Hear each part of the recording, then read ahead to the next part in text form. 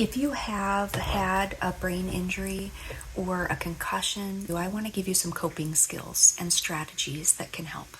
I fell on my face 3 years ago on ice, and I still have post-concussion syndrome.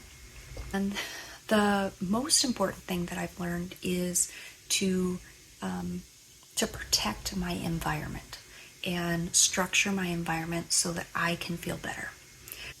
Think about what your triggers are for your symptoms, and maybe friends and family might notice things that you don't notice. It's hard to think when you don't feel good.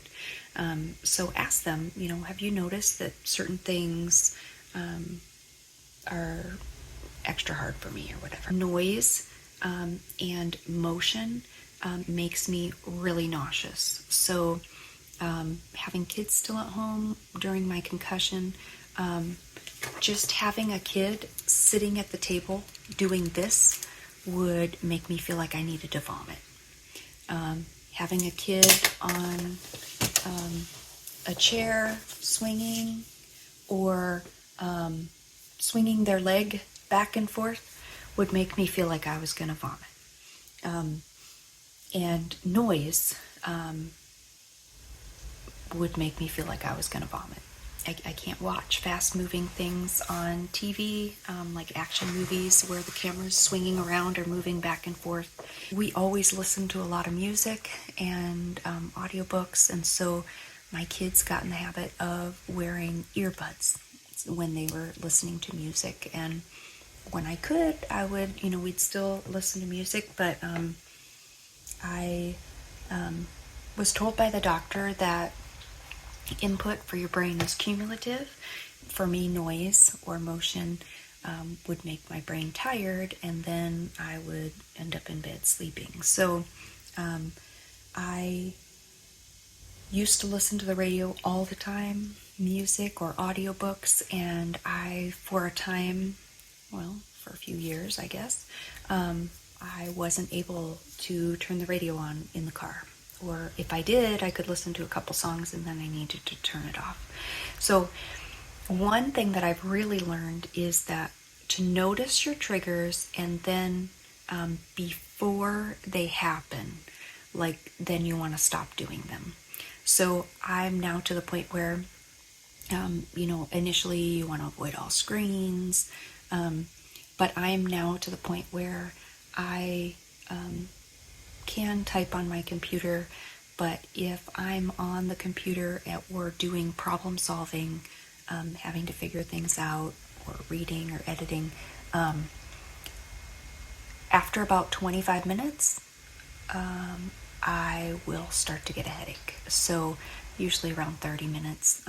So because that, then when I go to sit down at my computer to check emails, I will set my timer for 25 minutes. And the hard part is, you're used to the way you used to be. I would sit down, and I was a teacher, so I would sit and do lesson plans for 3 hours and get it done. And 25 minutes, I'm just barely getting in the zone. So it's really hard to make yourself stop before you start having symptoms, but it's really important to have discipline and to do that with yourself. Having noise canceling headphones is really helpful, and I just wear them when I go to a grocery store. For the longest time, I had to wear a baseball cap when I went into grocery stores. Now I don't have to. I won't necessarily get a headache if I don't have a hat on, but that's helpful. Common side effect of concussion or brain injury is that you get overwhelmed really easily. So I would sit down at my desk, and I couldn't have anything on my desk. Anything on my desk would be overwhelming to me. Even looking at my planner that has, each day, I would cover up every day except for the day that I was on, and then I would cover up everything on that day except for the one thing that's coming up next. And maybe if I need to see what my day is gonna be like, I might look at the rest of the day, but then cover it back up.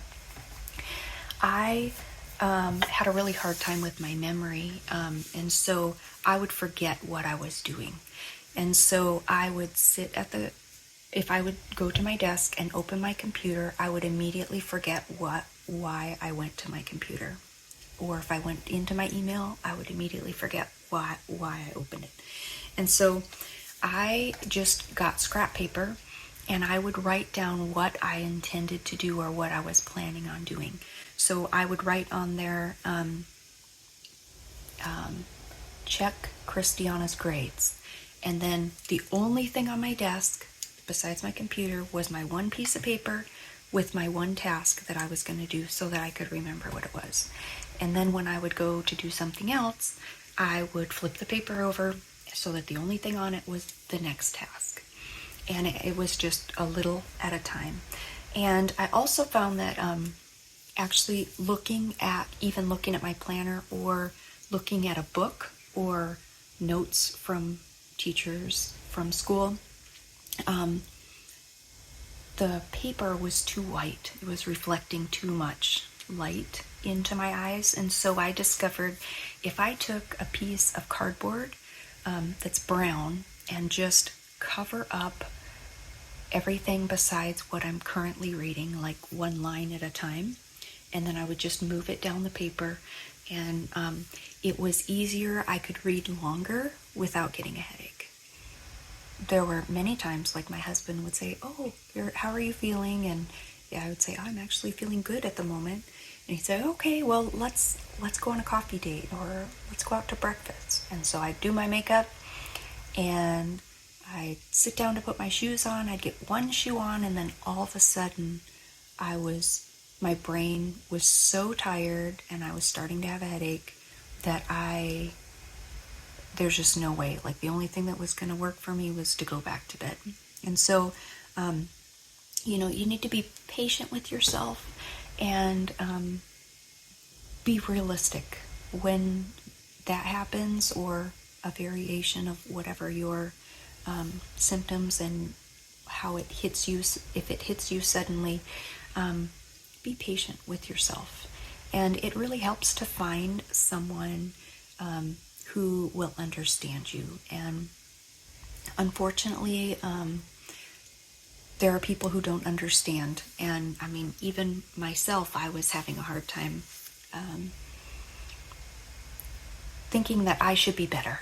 I should be done with this. I need to be better because, the fall was now 3 years ago. You can't just make yourself better.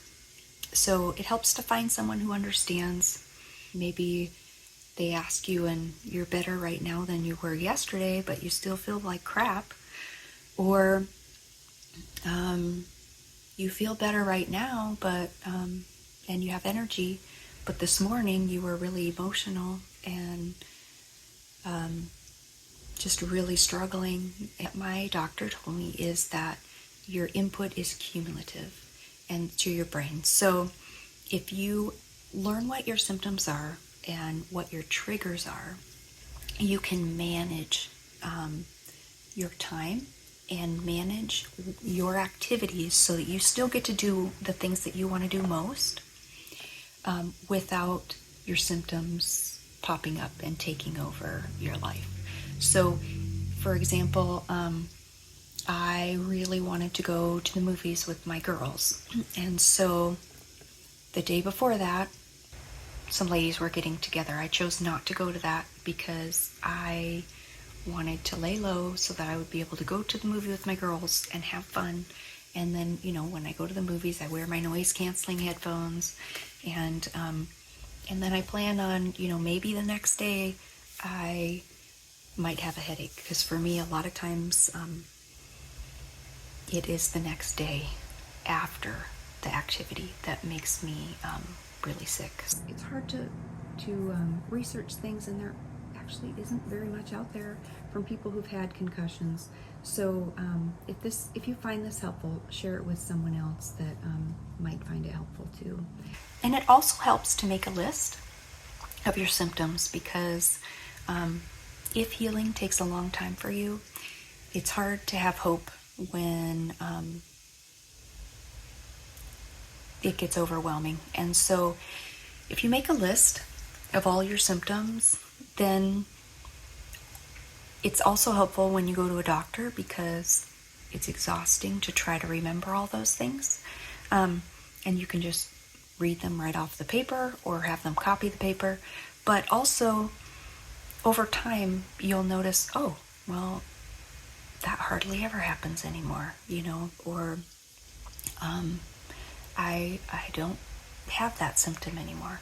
And then it'll help you realize how far you have come. So, and I think another thing too is let yourself rest when you need to rest. And just know that you are enough. It's not what you do or how much you can get done in a day that determines your worth. Just the fact that you are alive is valuable. And to be grateful for what you can do. Be grateful that, you have the ability to walk, that you have the ability to do the dishes today, even though you're so fatigued that you can only do it for 5 minutes because your body just feels so physically heavy that you just have to sit down. And know that it's okay. Whatever you got done, you got that done. You did the dishes for 5 minutes. Yay! You did the dishes for 5 minutes. Or you stacked them by the sink. In the beginning, I was just used to doing everything. We had 9 kids. We were doing foster care, and I was teaching first grade, and I had a lot going on. And then suddenly, you can't do the dishes. I mean, it really messes with your self-worth. And so just know that you are enough. And just communicate with the people in your life. Let them know how they can help you by wearing earbuds or whatever it is, helping you do the dishes or doing the dishes for you or whatever it might be. So you're not alone. And just start implementing what you can. Going outside, movement, even just sitting on a swing helps when you just are overwhelmed. And you'll find those things that make you feel better, things that you can do. For me, it was sitting outside. Even on days when I couldn't go for a walk, I could sit outside, and after a while I would feel that my headache was lessening. So find out what those things are that make you feel better, and just do them. Just take one day at a time. You're going to find ways to make life easier. And I just wish you healing and good health.